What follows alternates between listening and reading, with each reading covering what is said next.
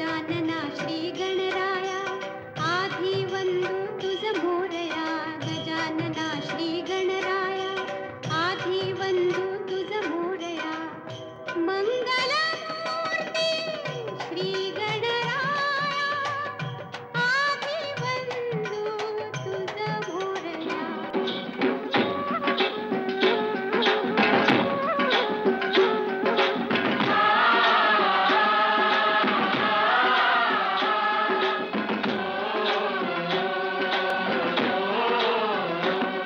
मेरे देश की धरती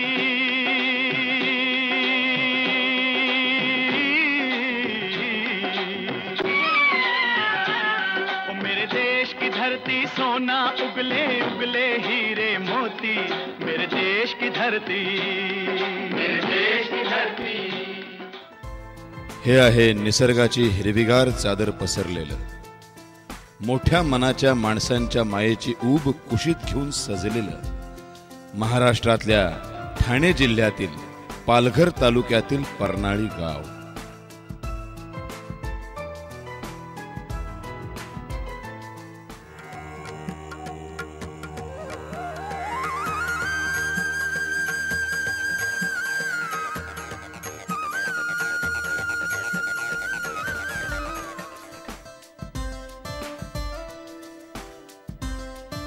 याच गावातील हे कष्टकरी शेतकरी कुटुंबापैकी काशीनाथ गोविंद संखेंचं घर।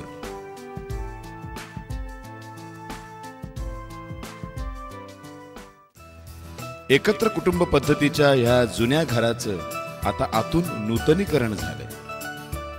त्यावेळी घरामध्ये गरिबी होती पण मनाची मात्र श्रीमंती होती। जीवनात कष्ट होते पण हृदयात संस्कृती होती, प्रेम होतं, जिव्हाळा होता आणि ते सुसंस्कृत जोडपं होतं काशीनाथ गोविंद संखे आणि कमळीबाई काशीनाथ संखे यांचं। काशीनाथ आणि कमळीबाई यांना 4 अपत्य। सगळ्यात मोठी ताराताई, 2 नंबरचा मोरेश्वर दादा, सगळ्यात धाकटी शैला, त्यांचं 3रं अपत्य होतं दशरथ। परनाळीच्या याच घरामध्ये दशरथचा 20 जुलै 1952 रोजी जन्म झाला। घराच्या चैतन्यामध्ये भर पडली। घरच्या संस्कृतीच्या श्रीमंतीनं 4ही मुलांना सुसंस्कृत केलं। दशरथ संखेचं शालेय शिक्षण गावच्या याच शाळेत पूर्ण झालं।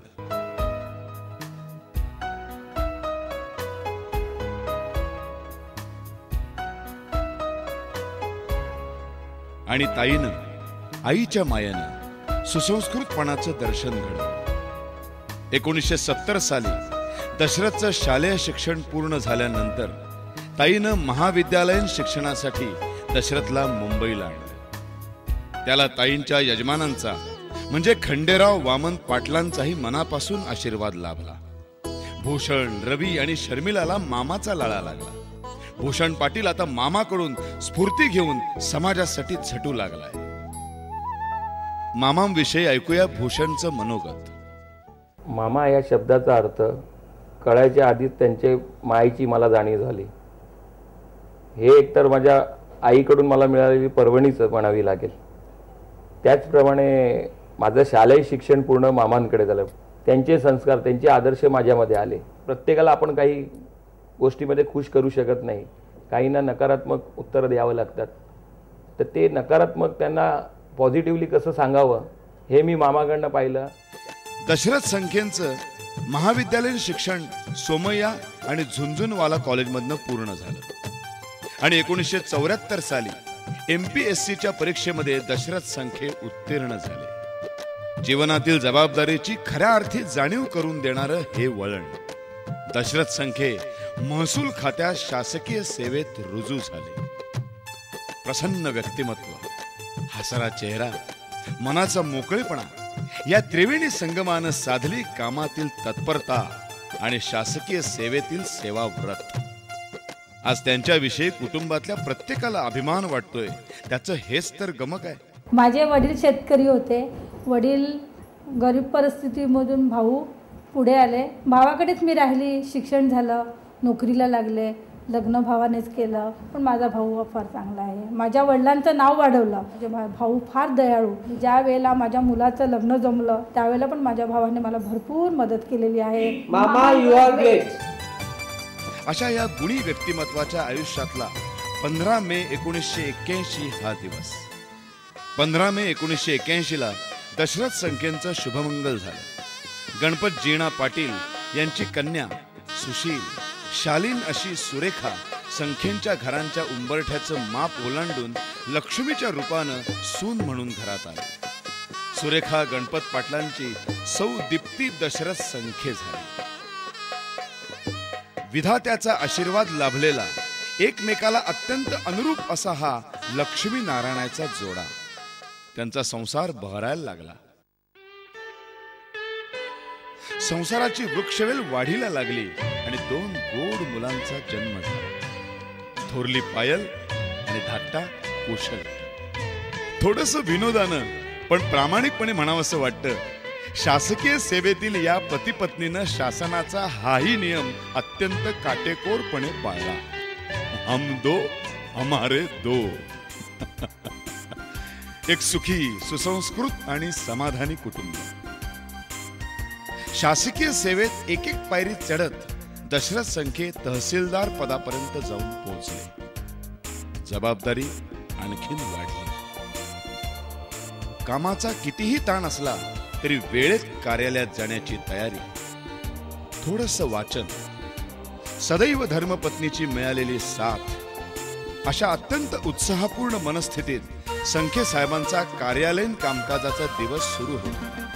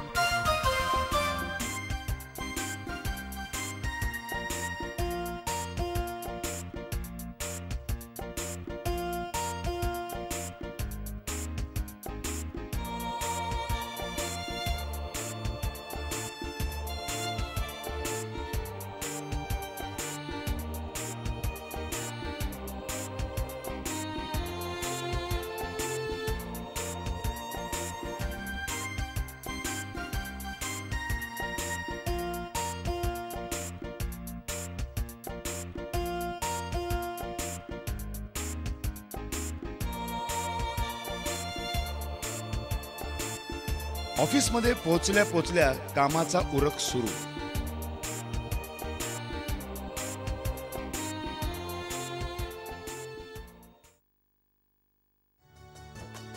सहकाऱ्यांशी मैत्रीपूर्ण सल्लामसलत करून योग्य निर्णयाची त्यांची हातोटी सर्वांनाच आवडू लागली.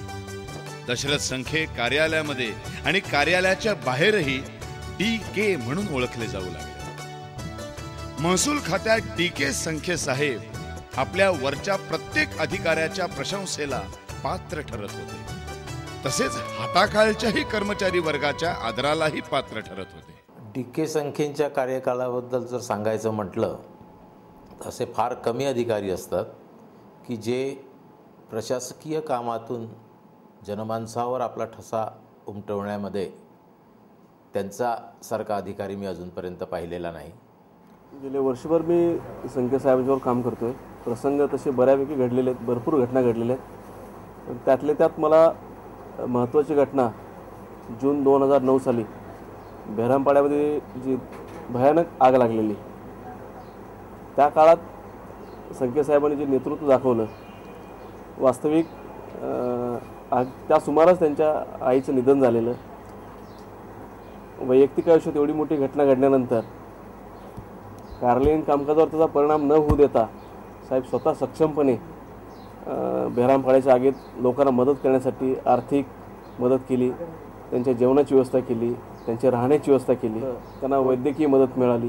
त्या लोकांच्या तातडीने 3 दिवस संपूर्ण रात्र त्याला थांबवून पैसे वाटण्याची व्यवस्था केली आहे मी त्या लोकांना. एक धडाडीचे अधिकारी आहेत, कर्तव्यदक्ष अधिकारी आहेत. गरिबांबद्दल त्यांना फार आपुलकी आहे त्याचं उदाहरण म्हणजे आम्ही सांगायचो लोकांना किंवा आम्ही आमच्या कर्मचाऱ्यांना सांगतो की बघा एखादा उत्पन्नाचा दाखलेवाला गरीब माणूस धावत आला तर गेटमधून मीटिंगला चाललेलं असताना गाडीच्या बॉनेटवर पण त्यांनी सही करून त्या माणसाला मदत केलेली आहे. जानेवारी 2003 बोरिवली तहसीलदार पदाचा कार्यभार हाती घेतल्यानंतर सरकारी जमिनीचा शोध घेऊन जिल्हाधिकाऱ्यांच्या मार्गदर्शनाखाली शासनाची मान्यता घेऊन लोकवर्गणीतून बोरिवली तहसीलदार कार्यालयाची भव्य इमारत उभी केली, ज्यात आज महसूल विभागाशी निगडीत रजिस्ट्रेशन आणि स्टॅम्प ड्युटी, नगर भूमापन कार्यालय, तहसीलदार कार्यालय अशी अनेक कार्यालये कार्यान्वित आहेत. यामुळे सर्वसामान्य जनतेला एकाच छत्राखाली अनेक सुविधा उपलब्ध झाल्या. प्रशासकीय अधिकारी म्हणून काम करताना राष्ट्रीय ध्वजारोहण असो,